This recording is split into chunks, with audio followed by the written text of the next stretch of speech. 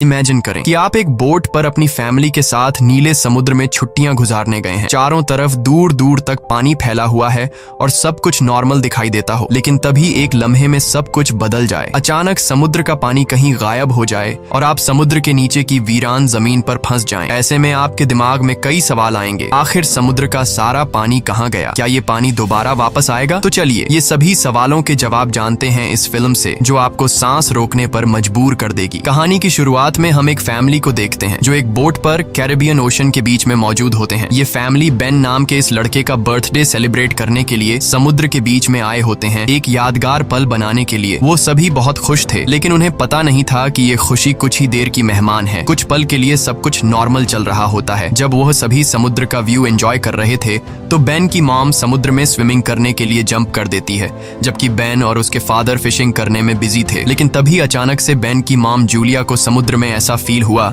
जैसे कोई बड़ी सी चीज उसके आसपास चक्कर लगा रही हो। जब वह यहाँ वहां देखती है तो उसे कुछ भी नहीं दिखाई देता, लेकिन तभी अचानक से कोई उसे समुद्र के नीचे खींच लेता है और साथ ही उनके बोट पर जो इक्विपमेंट्स हैं वह तेजी से यहाँ वहां डायरेक्शन चेंज करने लग जाते हैं, जैसे कुछ बड़ा हो रहा हो। बेन और टॉम इस बदलते हालात को अच्छी तरह समझ नहीं पाते क्योंकि वह फिशिंग करने में बिजी होते हैं। वही जूलिया देखती है कि वह अपने बोट से कुछ ही सेकंड्स में काफी दूर आ गई है और वह डूब रही है। वह खुद को बचाते हुए टॉम को जोर जोर से आवाजें देने लगती है, लेकिन जूलिया बोट से काफी दूर होने की वजह से उस पर किसी का भी ध्यान नहीं जाता और यहाँ पर जूलिया को फील होता है कि समुद्र का पानी तेजी से पीछे की तरफ जा रहा है। जूलिया अपनी बेटी कैसी को आवाज देने लगती है, लेकिन कैसी हेडफोन लगाकर सनलाइट एंजॉय कर रही होती है। बेन, कैसी और टॉम को बिल्कुल भी नहीं पता होता कि जूलिया स्विमिंग करने समुद्र में उतरी है। जूलिया धीरे धीरे उनसे और दूर होती जा रही थी, लेकिन तभी खुशकिस्मती से टॉम को हल्की सी जूलिया की आवाज सुनाई देती है। वह जूलिया को देख लेता है और टॉम उसे बचाने के लिए फौरन पानी में जंप कर देता है। दूसरी तरफ बेन बोट का इंजन स्टार्ट करके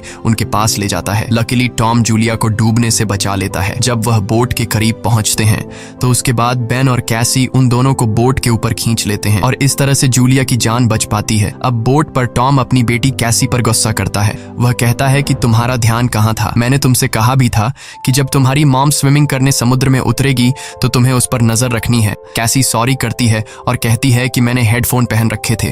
खैर, अब जूलिया सेफ थी। टॉम कहता है कि अब कोई भी बिना बताए स्विमिंग करने नहीं जाएगा और अगर कोई जाएगा भी तो पहले किसी न किसी को इन्फॉर्म करेगा। वो सभी टॉम की बात पर अग्री हो जाते हैं और अब रात होने वाली होती है, इसीलिए वह सब बेन की बर्थडे सेलिब्रेट करने के लिए तैयारी करने लगते हैं। रात को बर्थडे सेलिब्रेट करने के बाद कैसी के बॉयफ्रेंड का वीडियो कॉल आ जाता है। कैसी उसे बताती है कि वो सभी बोट में काफी एंजॉय कर रहे हैं, लेकिन उसका बॉयफ्रेंड कैसी से कहता है कि तुम सभी को जल्दी से सरफेस पर आना चाहिए। यहाँ टीवी में बता रहे हैं कि कुछ बहुत ही बड़ा होने वाला है जो पूरी दुनिया के लिए बहुत ही अनयूजुअल होगा। ये सुनते ही कैसी नोटिस करती है कि उसके बॉयफ्रेंड के पीछे शहर में बहुत बड़ा तूफान आ रहा है। वह ये देखकर थोड़ी परेशान हो जाती है क्योंकि उस समय ये लोग सेफ जगह पर तो बिल्कुल भी नहीं थे। वह उससे और भी बातें करने लगती है कि तभी अचानक इन दोनों का कनेक्शन कट जाता है। ये बात वह जाकर अपनी मॉम डैड को बताती है, जिसके बाद ये लोग अपनी बोट की सेफ्टी चेक करने लगते हैं।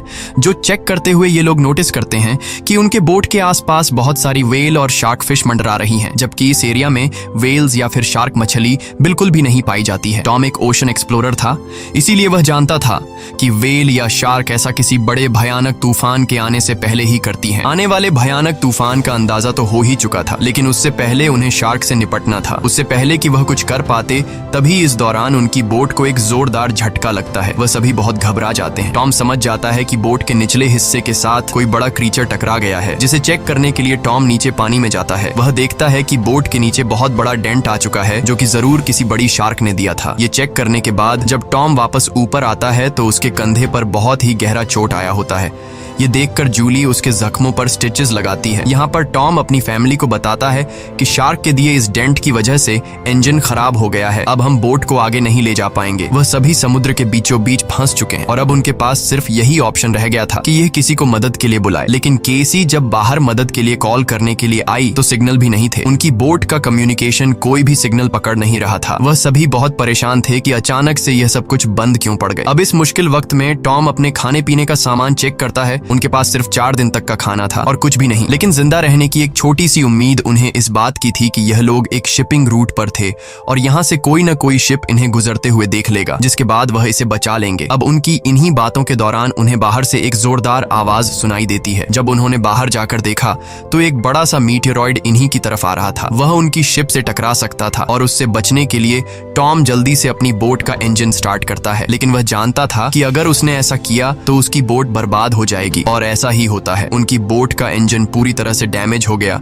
लेकिन उनके पास कोई दूसरा ऑप्शन था ही नहीं। अगर वह इंजन स्टार्ट करके बोट को आगे नहीं ले जाता तो वह मीटियोरॉइड सीधा इनसे टकरा जाता। टॉम देखता है कि आसमान में से गिरने वाली ये ऑब्जेक्ट्स असल में सैटेलाइट थीं, इसीलिए अचानक रेडियो और टेलीफोन्स के सिग्नल्स ने काम करना छोड़ दिया है। वह सभी इस हादसे से पूरी तरह संभल नहीं पाए थे कि तभी एक दूसरा मीटियोरॉइड भी उनकी तरफ बढ़ने लगा। अब अपने आप को बचाने के लिए ये लोग कुछ और कर नहीं सकते थे, इसीलिए ये बोट के निचले हिस्से में जाकर लाइफ जैकेट पहन लेते हैं ताकि अगर बोट पलट भी जाए तो वो सभी पानी में डूबे नहीं। जब वह बोट के अंदर होते हैं तो बोट बहुत ही तेजी से झटके खाने लगती है।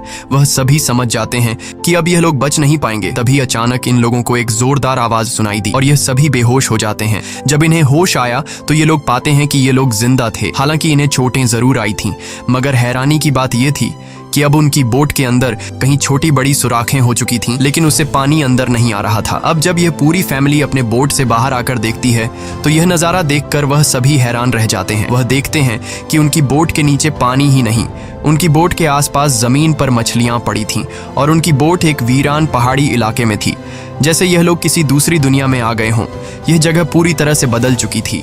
जहां कल रात तक पानी था, वह जगह अब ऊंचे ऊंचे पहाड़ों और गड्ढों की तरह दिख रही थी। वह सभी जल्दी यह बात रियलाइज कर लेते हैं कि वह किसी डिजर्ट में नहीं, बल्कि वह अभी भी समुद्र के बीचों बीच है। बस समुद्र का सारा पानी यहाँ से किसी दूसरी जगह शिफ्ट हो गया है। अब टॉम जल्दी से अपना कंपास निकालता है और डायरेक्शन देखने लगता है, और वह समझ जाता है कि यह जरूर धरती के साथ कुछ गड़बड़ हुई है। धरती के पोल चेंज हो गए हैं। नॉर्थ पोल की जगह साउथ पोल आ गया था, जो कि साउथ पोल की जगह नॉर्थ चला गया था, और इसीलिए जहां पर पहले जमीन पर लोग बसते थे, समुद्र का सारा पानी वहां पर चला गया है और अब समुद्र की जगह जमीन बन चुकी थी। इस चीज का पता लगने के बाद यह सब लोग हैरान रह गए। एक और भयानक बात टॉम ने उन्हें यह बताई कि इस सब के बीच जो इंसान जिंदा जमीन पर थे वह सभी मारे गए होंगे। केसी को यह बात बहुत ज्यादा तकलीफ देती है। वह अपने आप को कैबिन में बंद कर लेती है, क्योंकि उसे पता चल चुका था कि उसका बॉयफ्रेंड अब इस दुनिया में नहीं रहा। लेकिन अब एक और बात थी जो कुछ ही देर बाद उन्हें पता चलने वाली थी, और वह बात सुनकर उनके होश उड़ने वाले थे।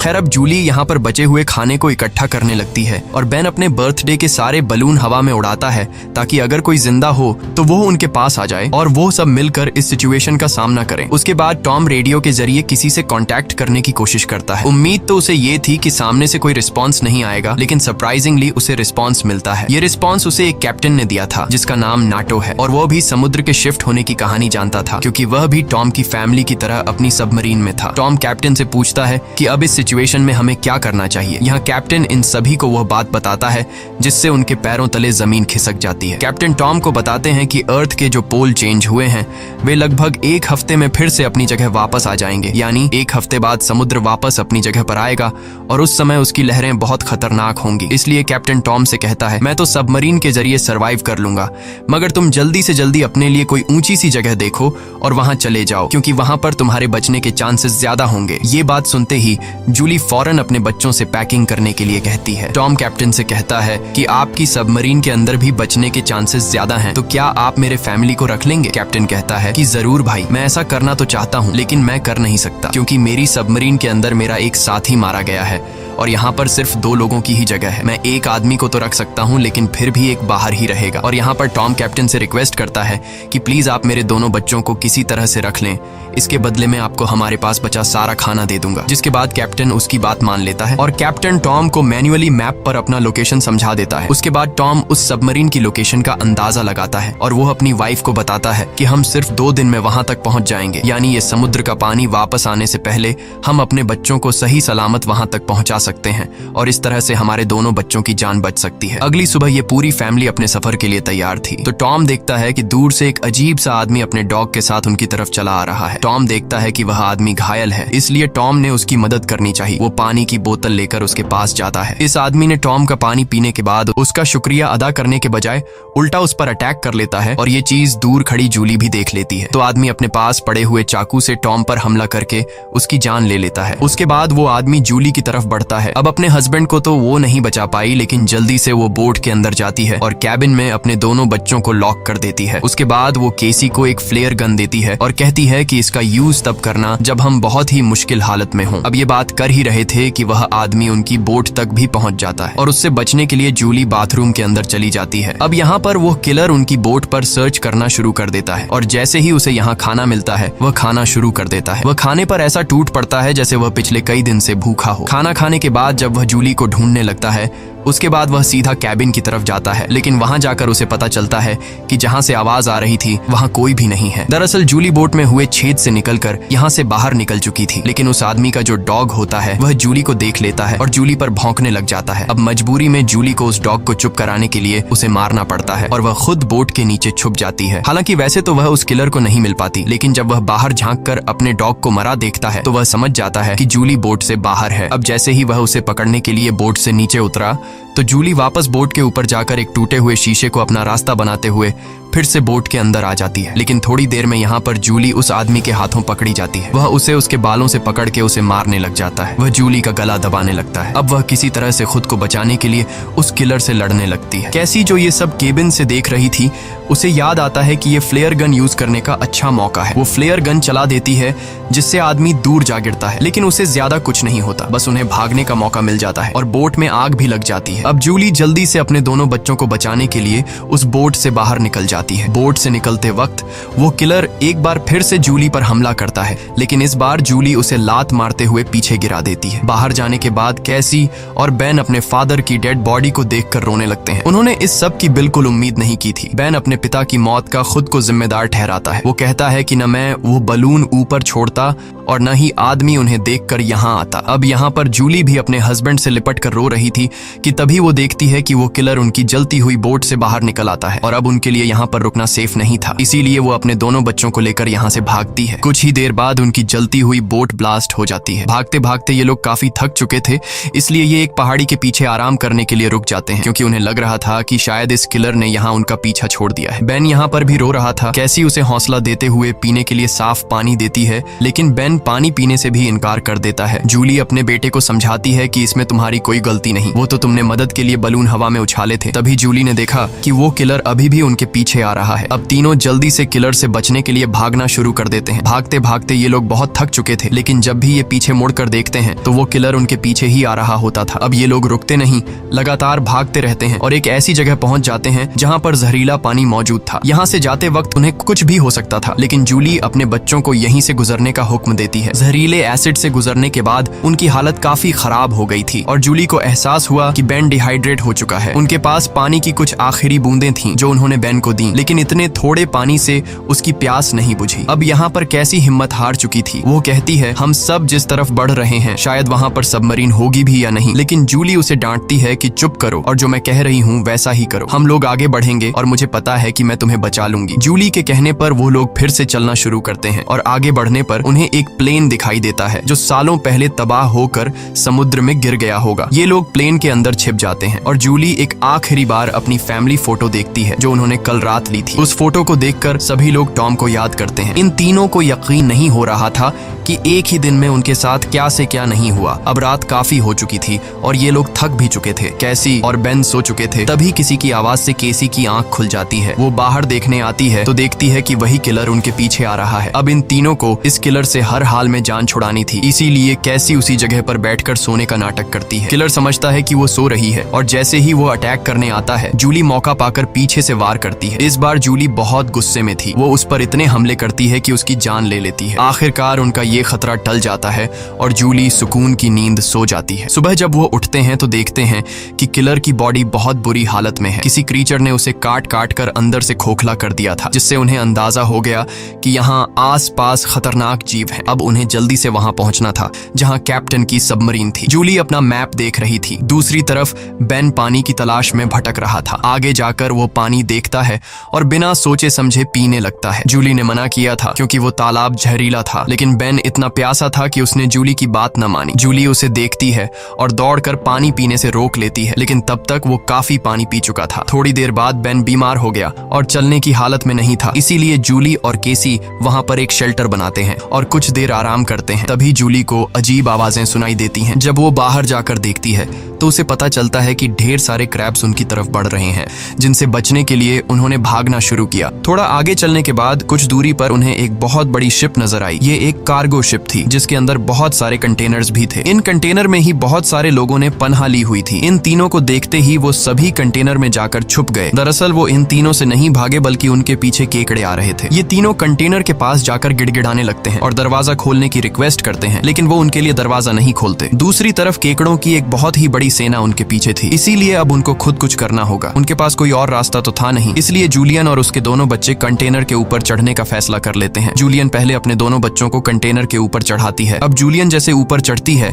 तो एक केकड़ा आकर उसे पैर पर काट लेता है, लेकिन वो जैसे तैसे करके उसे अपना पांव छुड़ाकर ऊपर चढ़ जाती है। अब जूलियन अपने जख्म को अपने स्कार्फ से बांध लेती है, जिसके बाद वो बेहोश हो जाती है। केसी और बेन देखते हैं कि वो केकड़े उस कंटेनर को काटते हुए उसके अंदर चले गए और उसके अंदर मौजूद लोगों पर इन केकड़ों ने हमला कर दिया। अब वो लोग अपने पास मौजूद हथियारों से उन केकड़ों को मारने की कोशिश तो करते हैं, लेकिन केकड़ों की तादाद बहुत ज्यादा थी। ये लोग उनके सामने नहीं टिक पाते और केकड़े कंटेनर के अंदर मौजूद सभी लोगों को मार देते हैं। अगली सुबह जूलियन को होश आया। उसने देखा कि उसके दोनों बच्चे यहाँ नहीं हैं। वो बुरी तरह से डर गई कि कहीं मेरे बच्चों को कुछ हो नहीं गया हो, लेकिन तभी दूर से उसे केसी और बेन आते हुए दिखाई दिए, जो असल में खाने पीने और हथियार की तलाश में गए हुए थे। खैर, अब यहाँ पर वो केकड़े भी नहीं थे। अब जूलियन अपने केकड़े के कांटे जख्म को ठीक करती है, जबकि बेन कंटेनर के अंदर मरे हुए लोगों के वेपन्स कलेक्ट कर लेता है ताकि उससे खुद की सेफ्टी के लिए यूज कर सकें, और वहां उन्हें थोड़ा बहुत खाना भी मिल जाता है। खैर, इसके बाद जूलियन कैप्टन से कांटेक्ट करती है, जिस पर वो बताता है कि मेरे ऊपर भी इसी क्रीचर्स ने अटैक कर दिया है और अब मैं बहुत ज्यादा जख्मी हूँ, मैं तुम्हारी मदद नहीं कर सकता। और साथ ही वो जूलियन को ये भी बताता है कि अब समंदर का पानी बहुत जल्द वापस फिर से अपनी जगह पर आने वाला है, इसीलिए तो ये सी क्रीचर फिर से यहाँ वापस आ गए हैं। जूलियन रोने लग जाती है क्योंकि इन लोगों को ये भी नहीं पता था कि सबमरीन तक जाने के लिए उन्हें कौन सी डायरेक्शन में जाना है, क्योंकि सारी रात भाग दौड़ में उनका मैप भी कहीं गिर गया था। इसलिए कैप्टन उनकी आसानी के लिए अपनी फ्लेयर गन से हवा में फायर करता है और बेन उसे देख लेता है, मगर वो जगह उनसे बहुत दूर थी। ये लोग तेजी से सबमरीन की तरफ बढ़ने लगते हैं, लेकिन अभी तक वहां तक पहुंचना नामुमकिन लगने लगा, क्योंकि वहां पहुंचने तक उन्हें एक चट्टानी रास्ते से गुजरना पड़ता है, जहां से गुजरते हुए उन्हें शायद फिर से उन केकड़ों का सामना करना पड़ सकता है, जिससे उनकी जान जा सकती थी। अब केसी को भी अपनी माँ पर तरस आने लगता है कि उनकी माँ का क्या होगा। कैप्टन तो हम तीनों में से मुझे और मेरे भाई को सबमरीन में रख लेगा, लेकिन जूलियन का क्या होगा, क्योंकि अब कुछ ही देर में पानी आने वाला है। जूलियन केसी से कहती है कि तुम्हें ये सब सोचने की जरूरत नहीं, जब हम सब मरीन तक पहुंच जाएंगे तो वहां डिसाइड करेंगे कि हमें क्या करना है, और कहती है कि चलो आगे बढ़ो। वहां से आगे बढ़ते हुए उनकी किस्मत उन्हें एक बार फिर से धोखा देती है। वहां पर लैंडस्लाइड होने लगती है, जहां जूलियन जो सबसे पीछे थी उसके आगे आकर एक बड़ा सा पत्थर गिर गया और वो वहीं पर फंस जाती है। अब केसी अपनी माँ के बिना आगे नहीं बढ़ना चाहती थी, लेकिन वो उसे कसम देती है कि तुम हर हाल में खुद को और अपने भाई को बचाओगी। अब इसीलिए केसी अपने भाई को लेकर आगे बढ़ने लगती है। जब वो लोग सबमरीन तक पहुंचते हैं तो उन्हें वहां पर कोई भी नहीं मिलता। ये दोनों जोर जोर से सबमरीन का दरवाजा खटखटाने लगते हैं, लेकिन तभी पीछे से कैप्टन आता है, जो बुरी तरह से जख्मी था। कैप्टन ने बताया कि देखो, सबमरीन में 3 लोग बैठ सकते हैं और मेरे बचने के चांस बहुत कम है, इसीलिए अगर मैं सबमरीन में बैठकर पानी से बचते हुए ऊपर सरफेस तक पहुंच भी जाता हूं तब भी मैं नहीं बच पाऊंगा। ये बात सुनकर केसी जल्दी से वापस पीछे मुड़ गई और तेजी से जूलियन की तरफ आने लगी। वहां फिर से उन केकड़ों का सैलाब आने लगता है, जहां पर जूलियन अपनी गन से उन सबको शूट करने लगती है, लेकिन कुछ ही देर में उसकी बुलेट्स खत्म हो जाती हैं। अब इससे पहले कोई क्रीचर आकर उस पर हमला करता, केसी ऊपर से उसे हाथ देती है और आखिर उसकी मदद से जूली यहाँ से बाहर निकलने में कामयाब हो जाती है और यह लोग जल्दी से भागते हुए सबमरीन तक आ जाते हैं। अब यह लोग बिना ज्यादा वक्त गवाए सबमरीन के अंदर बैठ जाते हैं और वो भयानक केकड़े भी उनके पीछे आ जाते हैं, लेकिन तभी एक बहुत ही बड़ी भयानक समुद्री लहर उन्हें अपनी तरफ आती हुई दिखाई देती है, जो कई 100 मीटर ऊंची थी, दिखने में बहुत ही खतरनाक लग रही थी। वह तेजी से जोरदार तरीके से उनके सबमरीन से आकर टकराती है, जिससे यह लोग बेहोश हो जाते हैं। जूली को जब होश आया तो हैरानी की बात थी कि उनकी सबमरीन पानी में नहीं थी, बल्कि समुद्र की वह बड़ी लहर उनकी सबमरीन को बहाकर एक शहर में ले आई थी, जो कि पूरी तरह से तबाह हो चुका था, जिसे देखकर साफ समझ आ रहा था कि जमीन से अब इंसानों का सफाया हो चुका है। और बस यही सीन दिखाते हुए ये फिल्म खत्म हो जाती है। अगर वीडियो आपको अच्छी लगी हो तो हमारे चैनल को सब्सक्राइब और वीडियो को लाइक जरूर कीजिएगा। मिलते हैं अगली वीडियो में।